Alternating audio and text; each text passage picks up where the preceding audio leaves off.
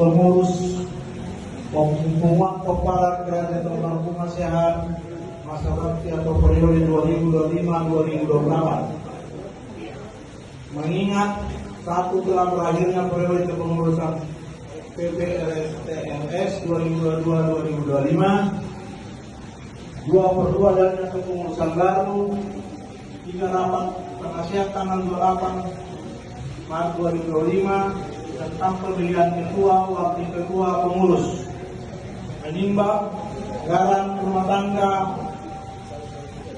nomor bunga 79 atau pasal 9 ayat 1, 2, 3, 4. 2 rapat penasihat tanggal 20 Maret 2025 memutuskan menetapkan 1. Pengurus Pengumuman Kepala Raja Tomar Bunga Sehat periode 2025-2028 terlampir nanti kami akan bacanya. 2. Mengucapkan pengurus baru pertemuan atau melantik pengurus baru terpilih bahasa dan rumah tangga mengucapkan.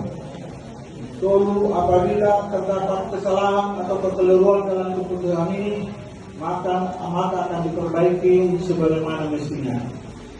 Jakarta, 13 April 2025. Penasehat 1. Dr. Andus Toga Siahaan ditandatangani. 2. Dr. Andus Sanggul Siahaan kami sendiri ditandatangani. 3. Bina Siahaan SE ditandatangani. Dr. Andus R. Simanungsong MM ditandatangani. Mari udah kami